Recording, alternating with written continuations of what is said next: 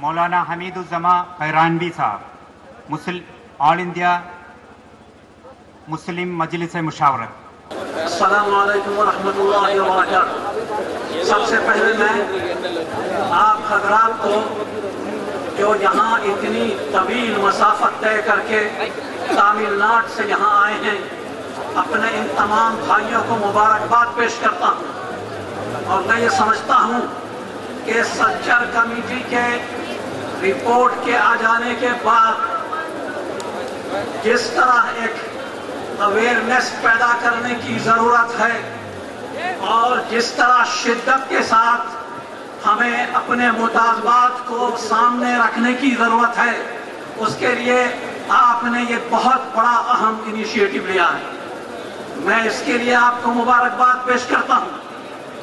Silchar committee کی report اگر آپ دیکھیں تو اس میں سفارشات کم ہیں، آبزرویشن ہیں اور کچھ انکوائریز کے نتائج زیادہ ہیں، لیکن اس میں ضمناً جو سفارشات آئی ہیں، جو نتائج اخذ کیے ہیں، جن سے ہمیں معلوم ہوتا ہے کہ مسلمان ہر میدان میں پیچھے ہے، پسماندہ ہے، بیکورڈ ہے۔ اگر ان تمام میدانوں میں مسلمانوں کی پسماندگی کو دور کرنے کے لیے عملی اقدامات نہ کیے گئے، یہ سلچر کمیٹی کی رپورٹ بیکار ثابت ہوگی۔ اور میں یہ سمجھتا ہوں کہ ابھی تک جو آثار نظر آ رہے ہیں، مجھے کوئی زیادہ امید نہیں لگتی ہے۔ ایسا معلوم ہوتا ہے کہ مسلمانوں کے ساتھ جس طرح آج تک صرف وعدے کیے جاتے رہے، سب باغ دکھائے جاتے رہے، سنہرے خواب دکھائے جاتے رہے، اب بھی یہی ہو رہا ہے۔ کمیٹیاں تشکیل دی جا رہی ہیں، کمیشن بنائے جا رہے ہیں، کمیٹی کی رپورٹ آتی ہے تو فاطمی کمیٹی بنا دی جاتی ہے، اس کی رپورٹ آئے گی تو ایک اور کمیٹی بنا دی جائے گی۔ کب اس پر عمل ہوگا ہماری سمجھ سے باہر ہے۔ ابھی جو بجٹ آیا ہے، جیسا کہ ابھی حضرت مولانا عبدالوہاب خلجی صاحب نے بھی اشارہ کیا، اس بجٹ کو آپ دیکھیے تو وہ ڈس اپوائنٹنگ اور انتہائی مایوس کن ہے۔ این ڈی اے گورنمنٹ جس کے بارے میں ہم جانتے ہیں، اس میں B J P party dominate کرنے والی تھی، لیکن اس کے باوجود اس زمانے میں بعض انسٹیٹیوشنز میں ان کی حمایت نہیں کر رہا ہوں کسی کا۔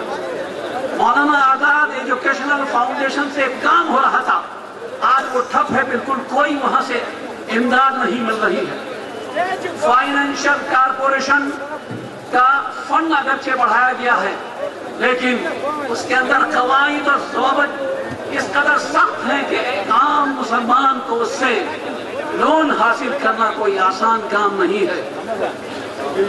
میں یہ کہتا ہوں کہ آپ حضرات نے جو انیشیٹو لیا ہے، ہم سب اس کے لیے آپ کا شکر گزار ہیں، اور یہ دور ہے کہ ہم اپنی ڈیمانڈ صرف اس طرح نہ رکھیں، بلکہ ہمیں اپنے حقوق کو مانگنا ہی نہیں، بلکہ ہمیں اپنے حقوق کو چھیننا پڑے گا۔ اور آپ نے ایک مثال قائم کی ہے، آپ یہاں آئے ہیں، ہم آپ کے ساتھ ہیں۔ میں آل انڈیا مسلم مجلس مشاورت کی جانب سے آپ کو یقین دلاتا ہوں کہ آپ کی یہ تحریک ہماری تحریک ہے، یہ ملت اسلامیہ ہند کی تحریک ہے، بلکہ یہ پورے ملک کے مفاد اور اسی بھلائی کے لیے تحریک ہے۔ ہم سب آپ کے ساتھ ہیں۔ وآخر دعوانا ان الحمدللہ رب العالمین۔